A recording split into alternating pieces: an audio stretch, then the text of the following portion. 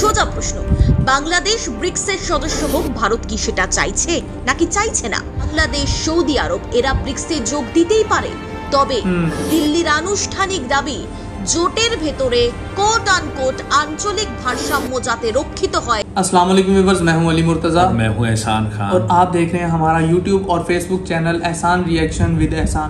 हम उम्मीद करते हैं आप जहां भी होंगे एंजॉय करते होंगे, मजे में होंगे और फिटफाट होंगे। व्यूअर्स, ब्रिक्स दुनिया का एक बड़ा ग्रुप, जी हाँ, उसमें अब बताया ये जा रहा है कि इंडिया ने खुल्लम खुल्ला कहना शुरू कर दिया है बांग्लादेश के बारे में कि बांग्लादेश वहाँ पर क्यों जा रहा है, यानी बांग्लादेश ब्रिक्स को क्यों ज्वाइन कर रहा है।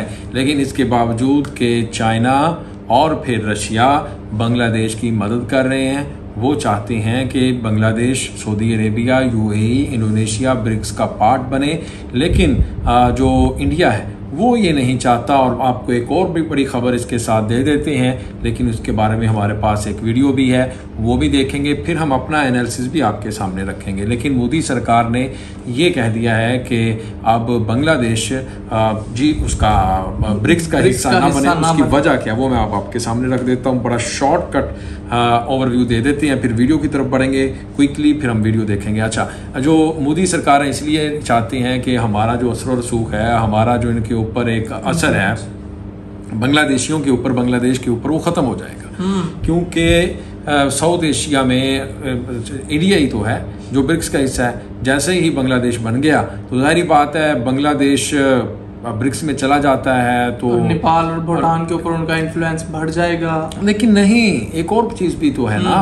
अब प्रो इंडिया चलो मान लेते हैं, 50-50 मान लेते हैं बांग्लादेश को, लेकिन हम ये नहीं कह सकते कि 100% प्रो इंडिया है बांग्लादेश। 50% हम कह सकते हैं क्योंकि शेख हसीना की हमदर्दियां हैं इंडिया के साथ बिल्कुल। लेकिन आपको ये बताएं कि सऊदी अरेबिया तो प्रो इंडिया नहीं है, यूएई तो प्रो इंडिया नहीं है, इंडोनेशिया तो प्रो इंडिया नहीं है, तो वो भी तो ब्रिक्स में जा रहे हैं। उनको खतरा ये है, सिर्फ एक मुल्क है जिसके ऊपर हमारा कोई थोड़ा बहुत असर है, वो है बांग्लादेश। ये अगर चला गया तो इसके जाके ताल्लुकात, रिश्ता अच्छा हो जाएगा चाइना के साथ और इसके साथ साथ किसके साथ, रशिया के साथ। अच्छा देखें, अफ्रीका में जो मीटिंग होने जा रही है ये आज की ब्रिक्स की, उसमें मोदी नहीं जा रहे। ये भी मैं आपको खबर दे रहा हूँ। मोदी क्यों नहीं जा रहे, आपको बता देते हैं मोदी क्यों नहीं जा रहे। क्योंकि प्रेसिडेंट व्लादिमीर पुतिन जो रशिया के प्रेसिडेंट वो भी नहीं जा रहे। उनको तो खतरा है कि क्रिमिनल कोर्ट जो दुनिया का अमेरिकन उनके वारंट गिरफ्तारी निकलवाए हुए हैं कि वहां पर जाके जनाब गिरफ्तारी ना हो जाए, इसलिए नहीं जा रहे। लेकिन उनके अपने वजीर खारजा यानी फॉरेन मिनिस्टर को वो भेज रहे हैं, फॉरेन मिनिस्टर जाए। लेकिन मोदी बहाना बना रहे हैं कि मैं वो नहीं जा रहा तो मैं नहीं, असल में मैं भी नहीं जा रहा। असल में वजह और है, मैं आपको बता देता हूँ कि मोदी इसलिए भी नहीं जा रहा कि अमेरिका से डरता है। मोदी इसलिए नहीं जा रहा कि अमेरिका नाराज हो जाएगा, इसलिए वो बैक डोर पे चले गए। अब अपनी बात जारी रखें। जी हाँ बिल्कुल। और देखें, इसके ऊपर हम नहीं बल्कि बांग्लादेशी मीडिया नहीं बल्कि वेस्ट बंगाल का मीडिया बात कर रहा है, इंडियन मीडिया बात कर रहा है कि भाई बांग्लादेश के ब्रिक्स में ज्वाइन होने से इंडिया को एक बहुत बड़ा खतरा लाहक हो गया है कि बांग्लादेश अगर ब्रिक्स का हिस्सा बन जाता है तो बांग्लादेश का असर और रसूख जो है, जो उनका इन्फ्लुएंस है, वो साउथ एशिया में बढ़ जाएगा। और वो मैं कहता हूँ कि इंडिया के साथ बांग्लादेश समझता है कि मेरे दोस्त है इंडिया भी और दोस्त है चाइना भी, ये दोनों मुझे सपोर्ट करेंगे जो है ब्रिक्स का हिस्सा बनने में। तो चाइना तो सपोर्ट कर रहा है बांग्लादेश को, लेकिन इंडिया ने तो खुल्लम खुला कह दिया है, मोदी सरकार ने कह दिया कि भाई बांग्लादेश जो है ब्रिक्स का हिस्सा ना बने। मजीद इसके बारे में वेस्ट बंगाल मीडिया क्या कह रहा है हम उनकी जुबानी सुनते हैं। तो वीडियो की तरफ बढ़ते हैं। वीडियो को देखने से पहले अगर अभी तक आपने हमारे यूट्यूब चैनल एहसान रिएक्शन को सब्सक्राइब नहीं किया तो इसे जल्दी से सब्सक्राइब कर दें, बेल आइकन प्रेस कर दें, वीडियो को लाइक भी किया करें, कमेंट सेक्शन में अपने फीडबैक से हमें आगाह भी कीजिए। वीडियो देखते हैं 3, 2, 1 एंड क्यू। নরেন্দ্র মোদি সশরীরে ব্রিক্সে উপস্থিত থাকবেন। রয়টার্সের রিপোর্ট কি তাহলে ভুয়ো ছিল? বাংলাদেশ পড়ে গেল উভয় সংকটে। ভারত না চীন, কার টিম বাঁচবে ঢাকা? মোক্ষম খেলা। নরেন্দ্র মোদি স্বয়ং কি ডিসিশন বদলে দিলেন? সোজা প্রশ্ন, বাংলাদেশ ব্রিক্সের সদস্য হোক ভারত কি সেটা চাইছে নাকি চাইছে না? ভ্লাদিমির পুতিন বলে দিয়েছেন তিনি জোহান্সবার্গে যাবেন না বা যেতে পারবেন না। ভার্চুয়ালি তিনি ব্রিক্সে উপস্থিত থাকবেন। কিন্তু চীন এই চীনের ব্যাপক প্রভাব রয়েছে ব্রিক্সে। সেখানে চীনকে কাউন্টার করতে ভারতকে তো থাকতেই হবে। একটা সোজা কথা বুঝতে হবে, ভারত ব্রিক্সের সম্প্রসারণের বিরুদ্ধে একেবারেই নয়। বাংলাদেশ, সৌদি আরব এরা ব্রিক্সে যোগ দিতেই পারে, তবে দিল্লির আনুষ্ঠানিক দাবি জোটের ভেতরে কোট আনকোট আঞ্চলিক ভারসাম্য যাতে রক্ষিত হয় সেটাও দেখতে হবে।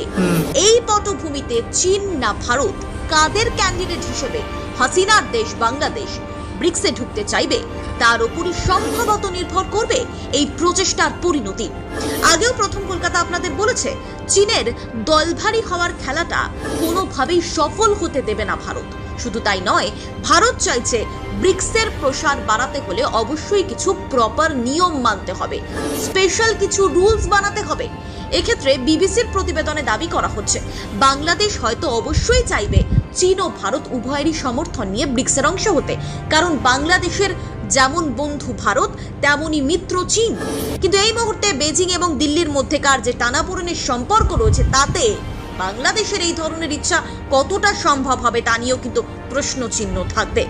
জানা যাচ্ছে ব্রিক্স কারেন্সির ইস্যু এবারের অগস্টের এজেন্ডায় থাকছে না, কিন্তু চীন ব্যাপকভাবে চাইছে তাদের মুদ্রা ইউয়ানের আন্তর্জাতিকরণ হোক। तो व्यूअर्स, आपने देखा है कि किस तरह जो है वेस्ट बंगाल मीडिया बात कर रहा है कि बांग्लादेश का ब्रिक्स में जाना बिल्कुल भी पसंद नहीं है इंडिया को, लेकिन इंडिया के पसंद होने या ना होने से बांग्लादेश को घंटा फर्क नहीं पड़ता। और बांग्लादेश जो है वो अगस्त में ज्वाइन कर रहा था जो है ब्रिक्स को, तो अगस्त जो है वो शुरू हो चुका है। तो देखते हैं कि कब जो है इन्विटेशन आता है बांग्लादेश को और बांग्लादेश जो है ब्रिक्स का हिस्सा बनता है, उसका ऑफिशियली जो है उसका हिस्सा बन जाएगा। तो और साथ ही साथ इंडोनेशिया और सऊदी अरेबिया, यूएई, इनको भी तो बांग्लादेश ब्रिक्स जो है अपना हिस्सा बना रहा है। तो ये एक बड़ा ग्रुप बनने जा रहा है। G7 जो है वो दुनिया का सबसे बड़ा ग्रुप है, उसके बाद G20 था, लेकिन G20 की जगह ले चुका है अब ब्रिक्स। और ब्रिक्स के गिर्द जो है वो पूरी दुनिया की 50% इकोनॉमी जो है वो ब्रिक्स के ग्रुप के राउंड में वो जो है इसके इर्द गिर्द जो है वो घूमती है। तो इस वजह से ये बहुत असर रसूख रखता है ये जो ग्रुप है। और इसके साथ साथ अगर बांग्लादेश, सऊदी अरेबिया और यूएई और इंडोनेशिया ये कंट्रीज भी अगर ज्वाइन कर लेती हैं ब्रिक्स को, तो इसकी इम्पोर्टेंस जो है वो दुनिया में और बढ़ जाएंगी। वो मैं आपको अगर ये कहूँ कि बाकी जितने भी दो ग्रुप हैं, G20 कह लें, G7 कह लें, ये बच्चे हैं ब्रिक्स के आगे। ब्रिक्स एक जदीद एक नया ग्रुप है, ये तो दुनिया का 50 to 60% अपने आप को ले लेगा मुट्ठी में। देखे ना, साउथ एशिया, फिर उसके बाद ये सीधा अफ्रीका चला गया। इसने वेस्टर्न कंट्रीज को तो टच ही नहीं किया, यानी इसने अमेरिकन को नहीं लिया, इसने ब्रिक्स ने आप देखें कि यूके को नहीं लिया, इसने आप देखें और ऐसे ऐसे बड़े बड़े जो देश हैं ऑस्ट्रेलिया लिफ्ट ही नहीं करवाई। बिल्कुल ऐसा ही है। तो ये मेरे ख्याल में बड़ा ग्रुप है, इसीलिए जो इंडिया वो नहीं चाहता कि बांग्लादेश इसका पार्ट बने, ताकि बांग्लादेश का एक अपना एक असर हो, प्रेशर हो, अपनी एक वैल्यू हो। वो इसीलिए इसके ऊपर प्रेशर डालने की कोशिश करेगा और जाने भी नहीं देगा। आप इसको छोड़ दे, ना जाएं, इस तरह की बातें करें शायद कहे, लेकिन शेख हसीना वही करती हैं जो उनके हक में बेहतर हो, जो उनके कौम के हक में बेहतर होता है, जो उनके मुल्क के हक में बेहतर होता है। तो आप इस बारे में क्या राय रखते हैं वो अपने कमेंट सेक्शन में जरूर लिखिए। इंशाल्लाह आपके साथ एक बार फिर नेक्स्ट वीडियो में मुलाकात होगी, तब तक के लिए अल्लाह हाफ़िज़।